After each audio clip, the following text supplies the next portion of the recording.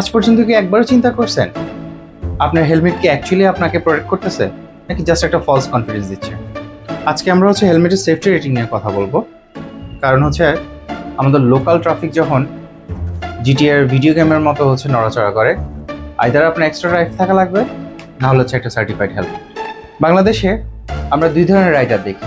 Number 1, যারা helmet পরে, আর number 2, যারা কিনা মনে করে তাদের মাথা ভাইব্রেনিয়াম দিয়ে তৈরি। লেটস সে আপনি রেসপন্সিবল হাফের মধ্যে আছেন, গ্রেট।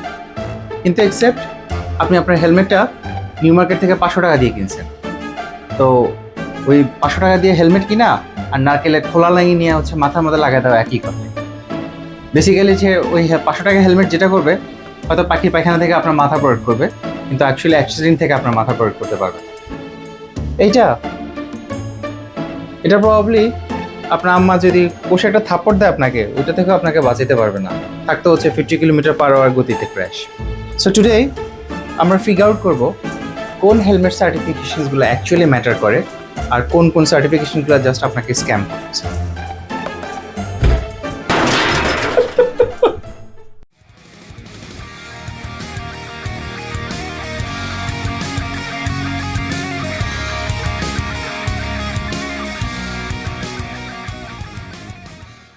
একটা সময় হেলমেট বলতে আমরা জাস্ট বুঝতাম একটা আপসাইড ডাউন লেদার টাইপ। সেটা চেঞ্জ হয়ে গেল 1935 সালে, যখন কিনা টি.ই. লরেন্স, ইয়েস রাইট, আপনারা সবাই তাকে লরেন্স অফ অ্যারাবিয়া নামে চিনেন, উনি যখন এনার হ্যান্ডেল বারের উপর উড়ে গিয়ে মারা গেলেন। তো অ্যাক্সিডেন্টের পরে যেটা হলো সেটা হেলমেট সেফটির উপর অ্যাকচুয়াল সায়েন্টিফিক রিসার্চ স্টার্ট হলো। Fast forward a few decades, এখন গিয়ে আমরা অ্যাকচুয়াল হেলমেট সেফটি সার্টিফিকেশনস দেখতে পাই। একটা প্রপার হেলমেটে ভিতরে ইপিএস ফোম ইউজ করা হয়, এটাকে এক্সপ্যান্ডেড পলিস্টাইরিন বলে আর কি। তো আপনি যখন একটা ক্র্যাশ করবেন, ওই ক্র্যাশের সময় এই যে আউটার শেল যেটা দেখতেছেন, এটা ফ্লেক্স করে এটা পুরোটা ফোর্স, ধরেন আপনি এখানে ইম্প্যাক্ট করলেন, ইম্প্যাক্টটা হওয়ার পরে পুরো শেলটার মধ্যে ফ্লেক্স করে এই এনার্জিটা বাকি পুরোটার মধ্যে স্প্রেড আউট করে দিবে। ভেতরে যে পলিস্টাইরিন ফোমটা আছে, এই ফোমটা ক্রাশড হয়ে যাবে, ডিফর্মড হয়ে সে বেসিক্যালি যেটা করবে, আপনার কাইনেটিক এনার্জি যেটা আছে সেটা পুরোটা অ্যাবজর্ব করে নেবে। খুব কম অংশই আপনার মাথা অ্যাকচুয়াল স্কালের মধ্যে, আপনার ফুলির মধ্যে এসে ওই ফোর্সটা কম লাগবে। এই জি ফোর্স কম জি ফোর্স আপনার ফুলির মধ্যে এসে লাগবে, আপনার ইনজুরি রিস্ক তত কমবে। আপনি আপনার হেলমেটের পেছনে যদি দেখেন, প্রবাবলি এই যে ডিওটি, ইসিই, এফআইএম, এই টাইপসের কিছু স্টিকার দেখতে পাবেন। চলেন এগুলো একটা ব্রেকডাউন দিই, এই জিনিসগুলো কি। আমরা ডট দিয়ে স্টার্ট করি। Dot basically stand for department of transportation. এটা একটা আমেরিকান স্ট্যান্ডার্ড। ডট তাদের হেলমেটগুলো টেস্ট করে সেটা 1.83 মিটার, মানে 6 ফিট উপর থেকে হেলমেটটাকে ফেলার পরে ক্যানভিলের উপরে ফেলে বেসিক্যালি। ফেলার পরে এই হেলমেট যে জি ফোর্সটা এক্সপিরিয়েন্স করবে হঠাৎ করে সাডেন ইম্প্যাক্টের পরে, সেটার মধ্যে সে 400 জি এর উপরে আপনার মাথার, এটা হেলমেটটার ভেতরে একটা হেড শেপটা একটা সেন্সর থাকে। ওই সেন্সরটা প্রবাবলি অ্যাক্সেলারোমিটার থাকে ওটার মধ্যে। সেটা কতটুকু জি ফোর্স আপনি এক্সপিরিয়েন্স করতেছেন ইম্প্যাক্টের পরে, সেটা মেজার করে। তো হেলমেটটা নিচে পড়ার অ্যানভিলের উপরে পড়ার পরে সে যতটুকু অ্যাক্সেলারেশন সে এক্সপিরিয়েন্স করতেছে, এর মধ্যে ভেতরে সে যেটা ট্রান্সফার করতেছে সেটা 400 জি এর উপরে উঠতে পারবে না। এটা গিয়ে ডটের ক্রাইটেরিয়া। এখন এখানে কিকারটা কোন জায়গাটায়? কিকারটা 400 জি ফোর্স কিন্তু মানে খুবই হাই। 300 জি এর উপরে যেটাই আপনার ফোর্সটা আপনার স্কালের মধ্যে ট্রান্সফার হবে, ওই ট্রান্সফারের পরেই আপনি সিভিয়ার একটা ব্রেইন ট্রমার মধ্যে পড়ে যাবেন। 300 জিতেই যদি আপনার সিভিয়ার ব্রেইন ট্রমা হয়, ডট যেটা করতেছে সেটা আরো 100 বেশি গিয়ে 400 জিতে সে তার থ্রেশহোল্ডটা সেট করছে। এটা একটা প্রবলেম। আরো বিগার প্রবলেম ডট একটা অনার সিস্টেম কাজ করে। এটার মানে ম্যানুফ্যাকচারাররা তাদের হেলমেট গুলো ডটের কাছে পাঠায় না, যে তারা সেটা টেস্ট করে তাদের স্টিকারে দেন গিয়ে বসাবে। এটা কমপ্লিটলি ম্যানুফ্যাকচারারদের উপরে, তারা নিজেরা আলাদা করে ইন্ডিপেন্ডেন্টলি টেস্ট করতে হয়। টেস্ট করার পরে তারা গিয়ে সেই স্টিকারটা বসায়। তো এটা বেসিক্যালি জাস্ট একটা প্রমিস যে আমি হচ্ছে স্ট্যান্ডার্ড হচ্ছে মিট করছি।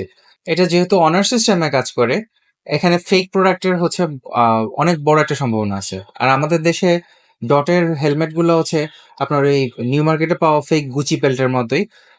যা পায় সব কিছুর মধ্যে হচ্ছে ডট দিয়ে হচ্ছে ভরায় রাখে।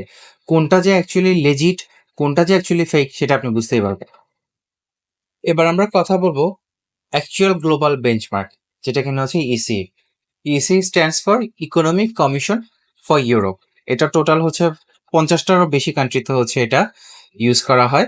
আর তারা এই ইসিটার সুবিধাটা হচ্ছে তারা অ্যাকচুয়ালি তাদের হেলমেটগুলো টেস্ট করে দেন গিয়ে হচ্ছে মার্কেটে হিট করে। আর টেস্টটা হচ্ছে ডটের থেকে ওয়ে ওয়ে মোর টাফ। তারা ইভেন স্ট্র্যাপের স্ট্রেংথ, তাদের ভাইজরের ভিজিবিলিটি কিভাবে এফেক্ট করতেছে আপনাকে, সেগুলো পর্যন্ত হচ্ছে টেস্ট করে। শুধু তাই না, ইসি হচ্ছে তাদের লিমিটও সেট করে রাখছে 275 জিতে।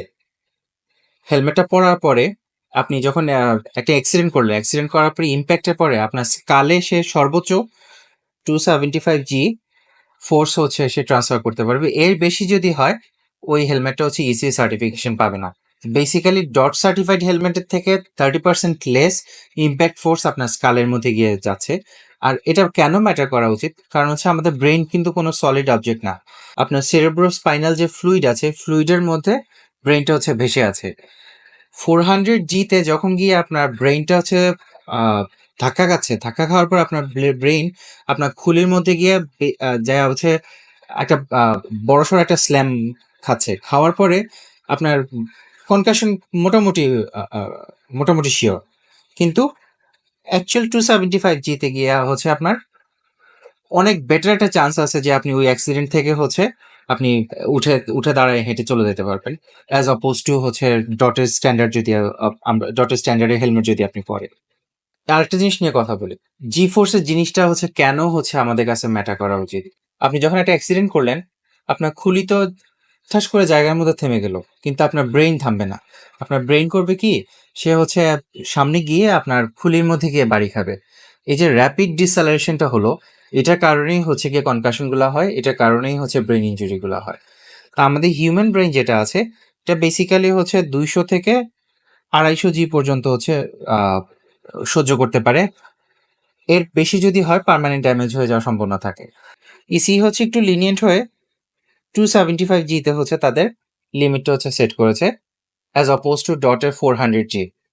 আর যেহেতু ইসি হচ্ছে অনেক জি ফোর্স লিমিটসটা হচ্ছে অনেক নিচে নামায় আনছে, এটা কারণে হেলমেটের যে ম্যানুফ্যাকচারার আছে তাদের হচ্ছে হেলমেটগুলো এমনভাবে ডিজাইন করতে হয় যাতে বেটার ইম্প্যাক্ট অ্যাবজর্পশন হয়, আপনার ভেতরের ইপিএস ফোমটা আরো ডেন্স হয়, অথবা তারা হচ্ছে মাল্টিপল ফোম লেয়ার ইউজ করতে হয়, অথবা তাদের যে শেল ম্যাটেরিয়ালটা আছে সেটা হচ্ছে তাদের বেটার ইউজ করতে হয়।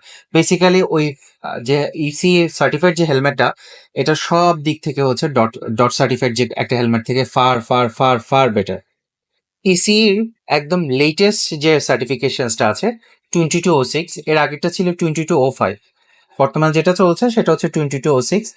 এটা যে শুধুমাত্র হচ্ছে আপনার ব্রেন সোজা গিয়ে যে বাড়ি খাচ্ছে, সেটা যে শুধুমাত্র হচ্ছে তারা হচ্ছে তাদের মাইন্ডে নিচ্ছে তাই না, সে হচ্ছে রোটেশনাল ফোর্সটাও হচ্ছে এখন গিয়ে হচ্ছে আম, ধরে। বেসিক্যালি আপনি যখন অ্যাক্সিডেন্ট করেন, দেখেন আমরা কিন্তু হচ্ছে এমন না যে একটা গাড়ির মধ্যে কি হয়, ইউজুয়ালি বেশিরভাগ সময় মাথাটা গিয়ে সামনে গিয়ে বাড়ি খাওয়ার একটা সম্ভাবনা থাকে। বাট আমার motorcycle crashes completely different. Motorcycle ক্র্যাশে আমরা কোলবালিশের মধ্যে পুরুত করে হচ্ছে উড়ে উড়ে চলে যাই। তো ওই মুহূর্তে হচ্ছে আমাদের হচ্ছে মাথাটাও হচ্ছে কিন্তু হচ্ছে ঘুরতে থাকে। এই যে রোটেশনাল ফোর্স যেটা, সেই রোটেশনাল ফোর্সের কারণে একটা সাইলেন্ট কিলার আছে, সেটাকে ডিএআই বলে। ডিএআই এটা হচ্ছে basically diffuse axonal injury, DAI. এই ইনজুরিটা বেসিক্যালি আপনার ব্রেইনের যে টিস্যুগুলা বেসিক্যালি ছিঁড়ে যায় সুতার মতো। তো ইসির লেটেস্ট যে হচ্ছে স্ট্যান্ডার্ডটা, এটা হচ্ছে ওই রোটেশনাল ফোর্সটার জন্য হচ্ছে তারা টেস্ট করে, যাতে করে হচ্ছে এই ইনজুরিটা থেকে যাতে আমরা হচ্ছে বেঁচে থাকি। এবার আসেন স্নেল নিয়ে কথা বলি। স্নেল আরো ব্রুটাল ইসির তুলনায়। এরা হচ্ছে হেলমেটটাকে একটা হেমিস্ফেরিক্যাল অথবা এইট শেপড একটা হচ্ছে অ্যানভিলের মধ্যে হেলমেটটাকে ড্রপ করে এটা বেসিক্যালি আমরা তারা হচ্ছে এটাকে সিমুলেট করার চেষ্টা করে যে আমি যদি রাস্তার পাশে কার্বে অথবা কোনো একটা শার্প অবজেক্টের উপরে গিয়ে যদি বাড়ি খাই তাহলে ইম্প্যাক্টটা কেমন হতে পারে। তো যে কারণে যেহেতু হচ্ছে তারা ওই শার্প অবজেক্টের জিনিসটাও যেহেতু মাথায় রাখতেছে, তাদের ইম্প্যাক্ট লিমিটটা হচ্ছে আরো স্ট্রিক্টার। আর তারা হচ্ছে সেম স্পটে দুবার টেস্ট করে, মানে আপনার হেলমেটের মধ্যে একই স্পটে হচ্ছে দুইবার ইম্প্যাক্ট হওয়ার পরে সে হচ্ছে তার সার্ভাইভ করতে হবে। এটা কারণটা কি? এটা কারণটা হচ্ছে রেস ট্র্যাকে যে ক্র্যাশগুলো হয়, ওই ক্র্যাশে কিন্তু আপনার হাই স্পিডে গিয়ে আমি হচ্ছে গড়াগড়ি খাচ্ছি। তো এই হেলমেটগুলো আরো স্টিফার হওয়ার কারণে আম, এটা লো স্পিডে যে ক্র্যাশগুলো আছে এটার জন্য খুবই খুবই বাজে। একটা জিনিস চিন্তা করেন, সেটা হচ্ছে আপনি যদি 300 কিলোমিটার/আওয়ার গতিতে গিয়ে যদি হচ্ছে ক্র্যাশ করেন, প্রবাবলি শেল হচ্ছে গিয়ে অ্যামেজিং। কিন্তু আপনি 50 কিলোমিটার/আওয়ার, 70 কিলোমিটার/আওয়ার, 90 কিলোমিটার/আওয়ার গতিতে যদি হচ্ছে অ্যাক্সিডেন্টটা করেন, ওই যে স্টিফনেসটার কারণে যেটা হবে, আপনি ইম্প্যাক্ট করার পরে ওই হেলমেট তো স্টিফ, আপনার খুলির মধ্যে এসে আরো বেশি হচ্ছে জি ফোর্স হচ্ছে ট্রান্সফার করবে। এতে করে যেটা হবে, আপনার ইসি স্ট্যান্ডার্ডের হচ্ছে একটা যে হেলমেট, ওই হেলমেটের থেকে স্নেল স্ট্যান্ডার্ড যে হেলমেটটা, ওইটা আপনার জন্য আরো আরো খারাপ হবে। রিয়েল ওয়ার্ল্ডে যে ক্র্যাশগুলো করি, রেস ট্র্যাকের না, মানে আমরা হচ্ছে নর্মাল পিপলরা যে ক্র্যাশগুলো করব, এটার জন্য হচ্ছে সফটওয়্যার শেলটা হচ্ছে বেটার, কারণ এটা খুব বেশি ইম্প্যাক্ট হচ্ছে ভেতরে যেতে দিবে না। পুরো ইপিএস ফোমটা হচ্ছে ওই ইম্প্যাক্টটাকে হচ্ছে সে নিজেই হচ্ছে এটাকে ডিসিপেট করে দিবে, আপনার খুলির মধ্যে গিয়ে বেশিটুকু যাবে না। সো আনলেস আপনি ঢাকা মাওয়া এক্সপ্রেসওয়েতে গিয়ে যদি হচ্ছে আপনি 200 কিলোমিটার/আওয়ার গতিতে কোনো ল্যাপ রেকর্ড যদি করতে না চান, যেটা খুবই টেরিবল একটা আইডিয়া, স্নেল বেসিক্যালি হচ্ছে একটা ওভারকিল। আর এখানে আরেকটা বিষয় আছে, স্নেল বর্তমানে হচ্ছে দুইটা রেটিং সিস্টেম হচ্ছে তারা চালায়। একটা হচ্ছে ইউএস মার্কেটের জন্য, সেটা হচ্ছে M2020T, আর এটা হচ্ছে ইউএস মার্কেটের জন্য। আর ইউরোপ মার্কেটের জন্য তারা যেটা চালায় সেটা হচ্ছে M2020E। তো এখন কেন হচ্ছে তারা দুইটার সেফটি রেটিং সিস্টেম হচ্ছে চালাইতেছে দেখেন। 2020D যেটা, এটা বেসিক্যালি হচ্ছে একটা ডট হেলমেট টাইপসের। এটার মধ্যে শেলটা অনেক স্টিফার হয়, আপনার ইম্প্যাক্ট থ্রেশহোল্ডটা হচ্ছে আহ, অনেক বেশি হয় বেসিক্যালি। অর্থাৎ সোজা কথা, ইপিএস ফোনটা এনার্জি কম অ্যাবজর্ব করবে, আপনার খুলির মধ্যে গিয়ে বেশি এনার্জি হচ্ছে ট্রান্সফার হবে। তো এইটা বেসিক্যালি হচ্ছে মিনিংলেস। কিন্তু ইউর জন্য যেটা বানানো, এটা হচ্ছে ওটা ইপিএস ফোমটা হচ্ছে শেলটা হচ্ছে সফটওয়্যার হয়, তো যে কারণে এনার্জি অ্যাবজর্পশনটা হচ্ছে বেটার হয়। আর আপনার খুলির মধ্যে হচ্ছে আহ, যে জি ফোর্স আপনার ইম্প্যাক্টের পরে জি ফোর্সটা হচ্ছে কম ট্রান্সফার হবে। তো এটা তারা বেসিক্যালি এখানে অ্যাকনলেজ করতেছে যে সফটওয়্যার হেলমেট গুলা রিয়েল ওয়ার্ল্ড স্পিডে হচ্ছে আপনার মাথাকে হচ্ছে বেশি ভালো করে হচ্ছে প্রোটেক্ট করবে। স্নেল জানে যে তাদের হচ্ছে এই যে M2020D যে স্ট্যান্ডার্ডটা আছে, এটা ইসির যে রিয়েল ওয়ার্ল্ড টেস্টিং এর সাথে, এটার সাথে হচ্ছে কোনোভাবে কম্পাটিবল না। তো যে কারণে তারা হচ্ছে আরেকটা স্ট্যান্ডার্ড এটা বানাইছে, এটা হচ্ছে মোর ফর গিভিং। তো দ্যাট মিনস হচ্ছে তারা অ্যাডমিট করতেছে যে স্টিফার হচ্ছে বেটার না, আমার রেদার হচ্ছে সফটওয়্যার হচ্ছে গিয়ে বেটার।